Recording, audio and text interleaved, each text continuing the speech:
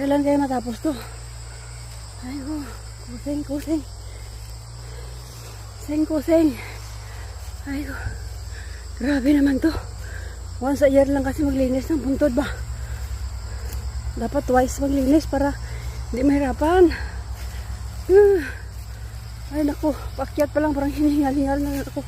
Kapagod na pala, oy. Ingat tayo. Kasi hirap talaga pag matanda na. Dati tinatakbo-takbo ko pa, ngayon hinihingal-hingal na. Ay, Diyos ko miyo. Ay, buhay talaga.